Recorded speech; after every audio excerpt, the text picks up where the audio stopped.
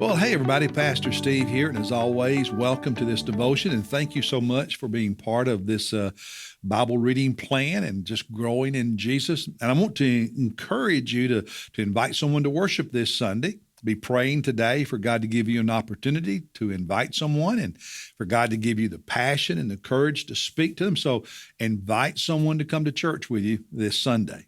Today, we are in Genesis chapter 43, and the truth is, the next few chapters, Genesis 43 over to about 46, is some of the most emotionally moving, gripping chapters in the Bible, if not in all of literature, just to be honest. It's just a very moving story.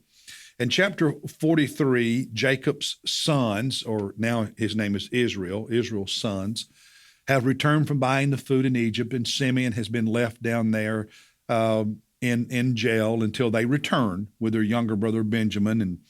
And their dad, Jacob or Israel, is hesitant to let them go back to Egypt and take Benjamin. He's just afraid. He's not willing to do it.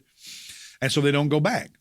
They stay home in the Promised Land until they've basically eaten all the grain they had purchased in Egypt. How long that took, we don't know. But I understand Jacob's hesitancy, but yet you have to remember that means Simeon was left down there in Egypt alone in jail longer. That was one of the consequences of it. And now, though they're desperate for food again, and Jacob reluctantly allows them to go back to buy more food and take Benjamin, his youngest son.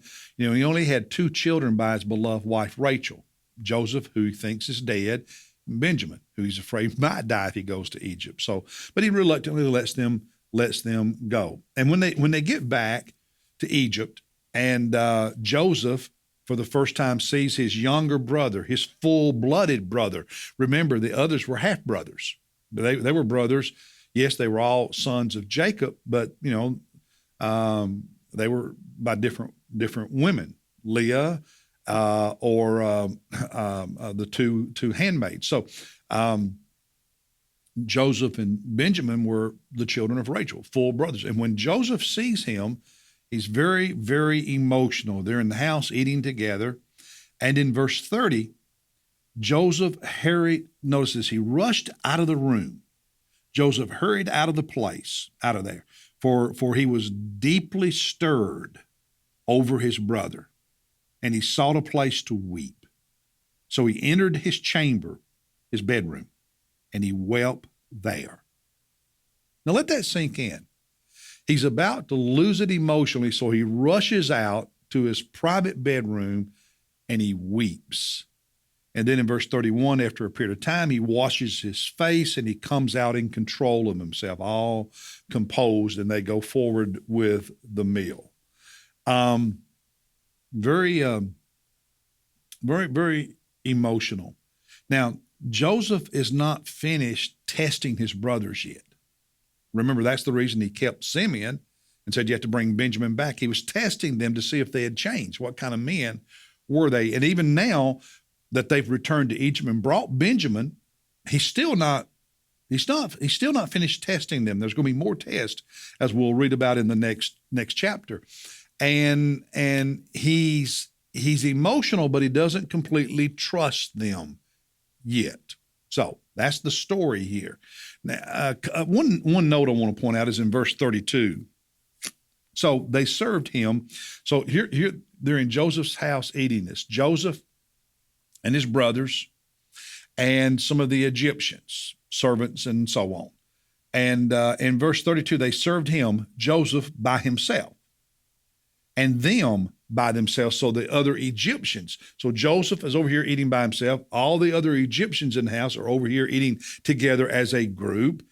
And in verse 32, the Egyptians who ate with them by themselves, the brothers, so Joseph is over here in one spot, his brothers are in one spot, the Egyptians are in a third spot, eating separate from each other, it says in verse 32. Because the Egyptians could not eat bread with the Hebrews, for that is loathsome to the Egyptians. The point I want to make is prejudice is not a new phenomenon. It's always been around. And prejudice is not the possession of one group of people. It's been an issue for many groups of people over the centuries of human existence. So just want to point that out to you. Now, my devotional thought today is from verse 14, where Jacob is sending his sons with Benjamin back to Egypt. And in verse 14, he says, "And may God Almighty grant you compassion in the sight of the man." They didn't know who he was, talking about Joseph, who was second in command to the Pharaoh. And so Jacob, or Israel now is his name, he says to his sons as they begin this journey, "May God Almighty grant you compassion in the sight, in the eyes of that powerful man." Quite often I pray for God to give people favor in the eyes of others, for God to give me favor at times in the eyes of others. People who can help us, people who can hurt us, people who can have an impact on our lives when, decisions are being made, important events are taking place. I often pray for people for God to give so-and-so. God give Joe, God give Jane favor in so-and-so's eyes when they interview for that job or when they're having that difficult conversation. God give them favor when this decision is being made. I think it's a very practical, biblical way to pray, a good way to pray. And I encourage you to pray that way, not just for yourself, for others. God, give them favor with such and such. And that's just a little encouragement there. I think it's a beautiful way to pray for other people when they need that, when it could be a benefit to them. So I hope you'll start doing that. Well, that's my brief thoughts today. Tomorrow we'll continue this journey in chapter 44. And if you're like me, you're probably reading these chapters and it's hard to stop and write in your journal because you want to keep reading. At least it was for me, because I went ahead and read chapters 44 and forward before I wrote my journal about chapter 43. I really did, because it's just a captivating story. Hey, God bless you. Have a great day. I'll see you tomorrow, everybody.